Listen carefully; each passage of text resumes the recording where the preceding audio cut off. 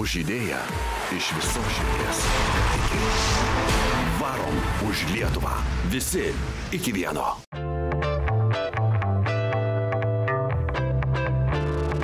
Tikiuosi pasilgote mūsų, nes dabar žygis Varom už Lietuvą keliauja į Ignaliną. Kas liečia krepšinį, mes jau seniai nematėm tokio, kad būtų toksai renginys ir kad būtų šitaip jam skirta daug dėmesio. Todėl mes nenorim būti abejingi, mes norim irgi prisidėti prie to. Dviratininkai varo už Lietuvą!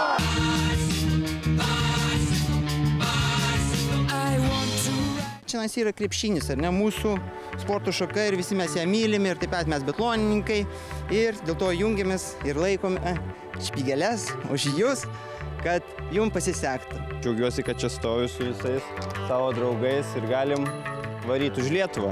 Gerai pavalgau, pamiegu ir viskas, pas mane nervai visi pradingsta ir nesijaudinu tada. Tai rinktinai belieka palinkėti ko? Pamiegot. Biatlonininkai varo už Lietuvą!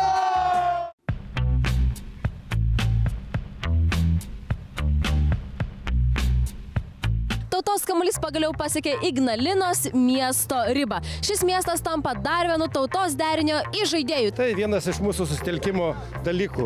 Kuo mes busim daugiau susitelkę, tuo mes busim visi stipresni, ne tik tai fiziškai, bet ir dvasiškai.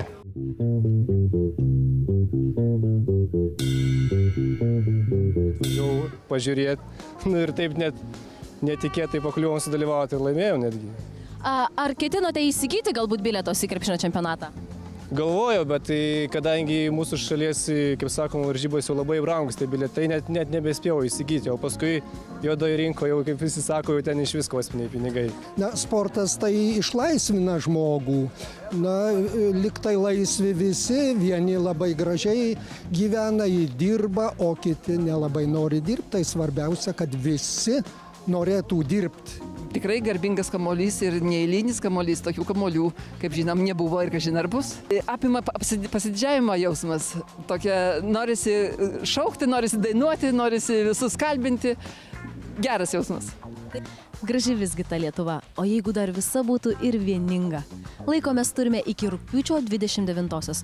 Lietuviai junkis į 3 milijonų rinktinę ir parodyk pasauliui, kas yra geltona, žalia, raudona. Už idėją iš visos širdies. Iki.